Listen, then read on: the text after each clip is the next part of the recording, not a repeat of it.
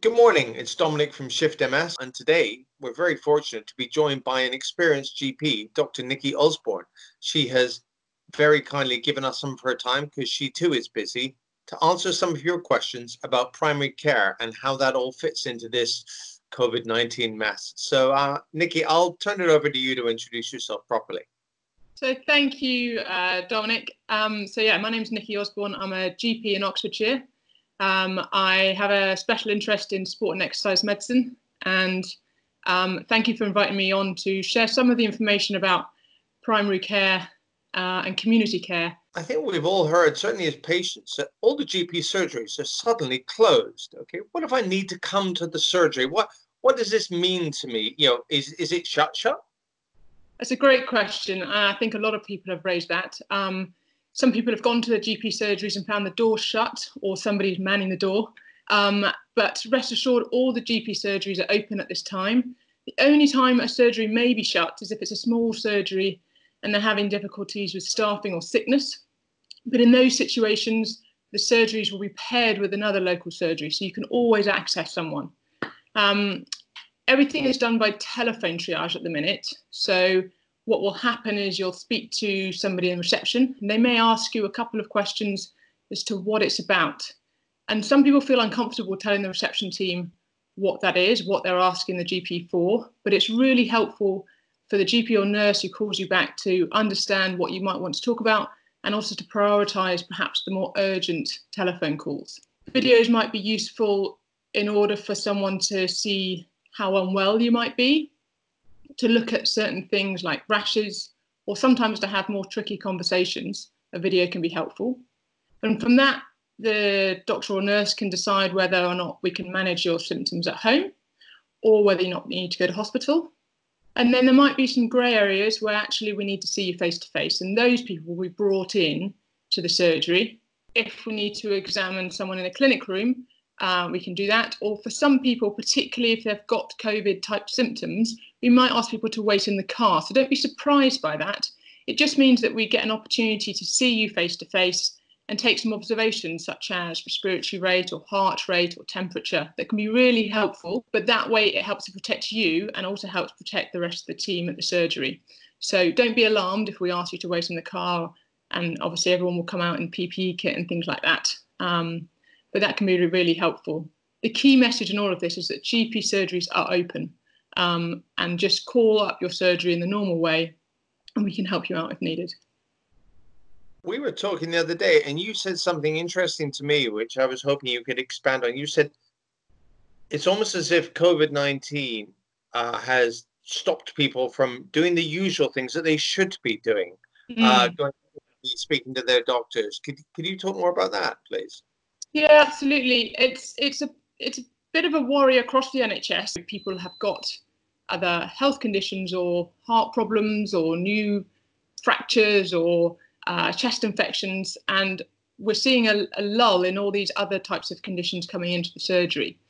And so the really important take-home message is that everything is running as normal. Yes, we're preparing to see a lot more patients who have COVID-type symptoms, but also we're here for all your other urgent cases and all your other important issues that you need to discuss. Bringing it back to MS and MS patients, and it's getting increasingly difficult to speak to the MS teams because they're being pulled onto the front line of the hospitals. Two things really, where can the GP help, and where should somebody not look to their GP for help with MS stuff? Yeah, really good question. I know we've had a few people at our surgery with various health conditions asking us whether it's for us to help or whether their specialist nurse, for example, can help in the hospital. This will be different for everybody. So you, as the patient, will be most informed about your condition, whatever that might be it MS or something else. People will have different experiences with their own GP. So if you've known your GP for 30 years and you've had MS for 20, you might have a really good relationship and they may be able to help tweak some of your medications or understand what your needs are. If it's perhaps a newer diagnosis or a newer doctor, then you may not have quite the same relationship. Some of the stuff that's specific to your MS and your drugs, we may signpost you back to your MS team. If it's a small team, they may not be able to cope with this if somebody's off sick. And so we would encourage you to then get back in touch with us, and we can always help by contacting your MS team on your behalf if you can't get through. But there's also other great resources, such as obviously Shift MS, MS Trust. There's various different resources online. And if it's something specific to your condition, we may signpost you in those directions, but we may also be able to help. So don't suffer in silence. If you can't get through in your normal route, please contact your surgery. With the MS drugs, a lot of them require blood monitoring. Is it reasonable to go to your GP surgery for this instead of your, how does this work? Is this another one of the things that you can go and see them about? Yeah, absolutely. I mean, for all types of drugs that need blood monitoring, of which there's a large number of those, sometimes they're taken in the hospital and sometimes they're taken at the practice. And they fall for us under the category of urgent blood tests. So routine blood tests are ones that might be done every year for someone's medications.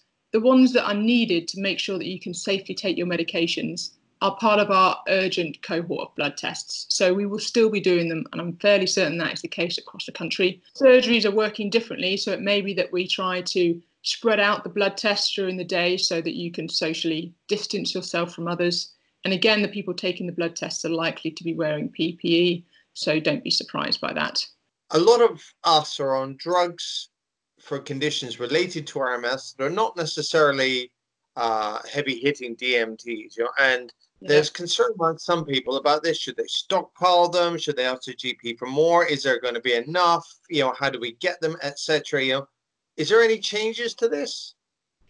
Broadly speaking, no, Dominic. But it's a really good question, because I think lots of people are concerned there might be medications that run out, but also I think when people are shielding, they are trying to do the right thing. Somebody else is helping them get medications. So think, well, actually, why don't I get 3 months today? And that will help both me, the surgery, the pharmacy, and they think it will also help the person who's picking up the medication. So it's not done without good intent. But the problem is it's a little bit like the toilet paper scenario. There's always enough to go around, but as soon as people just get 1 or 2 extra, suddenly, temporarily, the stocks are out. I guess the other thing with pharmacies at the minute is a lot of the staff, there's staff shortages. So some of the pharmacies have restricted hours. So it's just worth being patient, get prescriptions in on time. Is there anything else that you think that we should know, things from a primary care perspective that possibly get overlooked by people? I guess it would be important to know that there's other people in the community in the surgeries that can help. You don't need to speak to a GP or a nurse about everything. And what we can do quite well is signpost people to relevant help resources. So, for example, in most towns, there are a group of volunteers who are able to help if you're shielding with food or with prescriptions. And if you haven't been told those numbers or details, sometimes the surgeries can let you know those. The other things include resources to help with anxiety around COVID and isolation, whether or not you're on immune suppressant drugs, whatever your health conditions. There are lots of easy things that you can do to help improve or optimize your immune system at the minute, even though we're all in isolation. And those things include things that you probably already know about, but it's just worth reminding people about, diet, making sure that you're eating well, staying hydrated, eating lots of vegetables and fruits, exercise. The government have advised us that we can exercise. And if you're able to go outside and you're not shielding, then getting some fresh air is really important. Or doing some exercises at home. Joe Wicks is doing his usual workouts for the nation and the school days. There's lots of opportunity to do some exercises at home, and that's really good. So light exercise is really good for your immune system. Getting some good sleep, minimizing alcohol, staying in contact with people, regardless of your situation, and other things that can help with anxiety, such as trying to reduce your social media, input.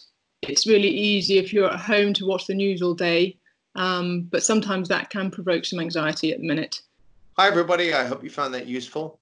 All the good stuff, as ever, is below. So if you like this video, click it. If you want to share it, we'd love that too. So if you like and share below, that would be awesome. Just remember what Nicky said. If you're in doubt, call the doctors. They will signpost you to the right resources. All right. Have a good day. Take care.